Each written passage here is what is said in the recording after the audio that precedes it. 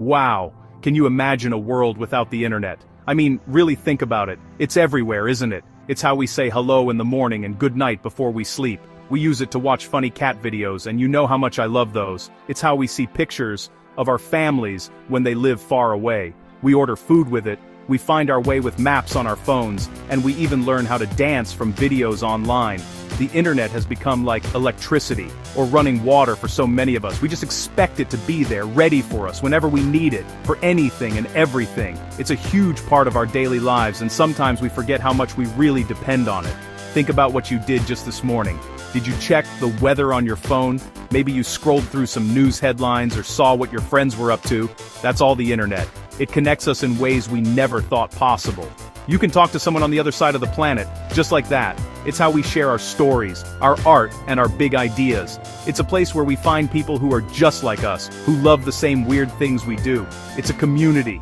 A big, giant, sometimes crazy, but wonderful community. The internet is our modern-day town square, our library, and our photo album all rolled into one. And we kind of take it for granted, don't we? Now, our world is built on this connection. Businesses use it to reach customers. Teachers use it to give homework and share lessons with their students. Doctors can even see patients through video calls, which is just incredible when you think about it. It's not just for fun and games anymore. It's a tool. A very, very important tool that helps us work, learn, and stay healthy. Without it, so many things would just stop. It's like the invisible glue that holds our modern lives together, keeping everything moving and in its right place. It's really amazing how quickly it became something we absolutely cannot imagine living without. The internet gives a voice to people who might not have had one before. It lets us organize for good causes, like raising money for people who need help or for animal shelters. You know that's a big one for me. We can spread kindness and important messages in an instant. It's a platform for change, and for making the world a little bit better, one post at a time. It's a place for creativity, for discovery, and for connecting with the world in a way that feels personal and powerful. This digital world is so deeply woven into the fabric of our lives, it's hard to picture pulling that thread and seeing what would unravel without it. It's just part of who we are now. So, what if we woke up tomorrow and using the internet cost $10? Not for the month, but for every single day. That's a huge change. $10 a day is $70 a week. That's over $300 a month. For many families, that's a lot of money. That's money for groceries, for gas in the car, or for a child's new pair of shoes. Suddenly, going online would be a choice, a luxury, not just something you do. You would have to ask yourself, do I really need to check my email today? Is it worth $10? A simple question would become a difficult financial decision for millions of people. This would create a big divide, a digital wall. On one side, you'd have people who can afford the $10 without even thinking about it. They would continue to work from home, their kids would do their online schoolwork, and they could still stream movies on a Friday night.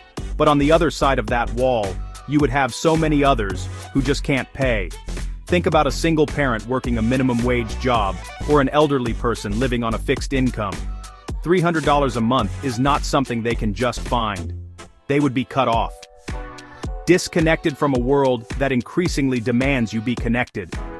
For students, this would be a disaster. So much of school is online now. Homework is posted on school websites. Research is done through online libraries, and sometimes, classes are held over video. A student whose family can't afford the daily fee would fall behind. They wouldn't be able to do their assignments or communicate with their teachers. It would be like telling them they can only come to school 3 days a week. It creates an unfair advantage for students from wealthier families, and that's not what education should be about.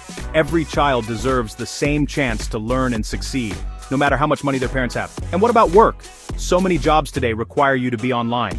People work from home, they apply for jobs online, they attend virtual meetings. If you can't afford to get on the internet, you can't apply for those jobs. You can't do the work. It would trap people in a cycle where they can't get a job because they can't afford internet, and they can't afford internet because they don't have a job. It's a wall that would not only block access to information, but also block access to opportunity. It would make it so much harder for people to improve their lives and support their families. It's a scary thought, isn't it? So, if the internet became a luxury, what would people do instead? Well, we'd have to go back to doing things the old-fashioned way, and I mean really old-fashioned. Instead of sending an email, you'd have to write a letter, put it in an envelope with a stamp, and actually walk to a mailbox. To find a job, you'd have to look at newspaper ads or walk from store to store asking if they are hiring. It would take so much more time and effort. We'd spend a lot more time at the library, using their books for research or maybe paying for a few hours of internet access if they offered it. The library would become a very, very busy place. Families would have to find new ways to entertain themselves at home. Instead of everyone staring at their own little screens, maybe they would talk to each other more. I know, crazy, right? People might start playing board games again, like Monopoly or Scrabble. They might read more books, actual paper books that you can hold in your hands. Families might spend more time outside, going for walks in the park or playing catch in the backyard. In some ways, it might bring people closer together, forcing them to interact face-to-face and share experiences in the real world, instead of just liking them online. It would be a big adjustment, for sure. Keeping in touch with friends and family who live far away would become much harder. A $10 charge would mean no more spontaneous video calls with grandma. No more seeing daily photos of your new niece or nephew. People would have to go back to making long-distance phone calls, which can also be expensive. Or they'd rely on sending letters and photos in the mail, waiting days or weeks for them to arrive. We would lose that instant connection we have with our loved ones. That feeling of being close even when you are miles apart would fade away. It would feel like the world suddenly got a whole lot bigger and more distant. And what about finding information? We're so used to just Googling everything. Need a recipe? Google it. Don't know how to fix a leaky faucet?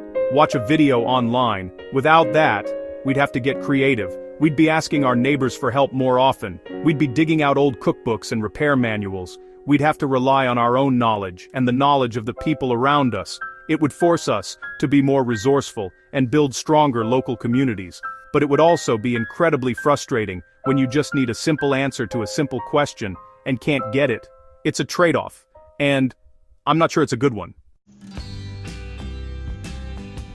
This whole idea brings up a big question about fairness. Is it fair to put a price on something that has become so essential for daily life? For me, the answer is a big loud no. It's just not right. The internet isn't just a toy anymore. It's a basic utility. Just like water and electricity. It's a lifeline. It's how people access education, healthcare, and job opportunities. Putting a $10 a day price tag on it would be like putting a toll booth on the road to a better life. It would create a society of haves and have-nots, where your success is determined by whether you can afford to log on each day. And that's just wrong. People would feel so frustrated and left behind. Imagine being a parent who has to tell their child they can't do their homework because the internet bill is too high this month. Or imagine being an elderly person who feels completely isolated because they can no longer see their grandchildren's faces on a video call. There would be a lot of anger and a sense of injustice. People would feel like the world is moving forward without them, and they're stuck on the wrong side of a digital divide. It would create resentment and make society less equal.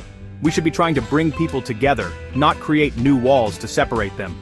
In my opinion, we should be going in the opposite direction. We should be working to make the internet more accessible and affordable for everyone, not less. It's a tool for empowerment. It can level the playing field, giving a kid from a small town the same access to information as a kid in a big city. Making it expensive would undo all of that progress. It's a step backward. Access to information and the ability to connect with the world should be a right, not a privilege reserved for those who can afford it. It's about equality and opportunity for all, and that's something worth fighting for. In conclusion, a $10 daily fee for the internet would be a terrible idea. It would hurt the most vulnerable people in our society: students, low-income families, and the elderly. It would limit opportunities, create deep social divides, and leave millions of people feeling isolated and left behind. While it might encourage some nice things like playing more board games, the negative consequences would be overwhelming and devastating. We need to remember that connection is a human need. Let's keep the internet a place that connects all of us, not just some of us. Be kind to one another, and let's make sure everyone has a seat at the digital table.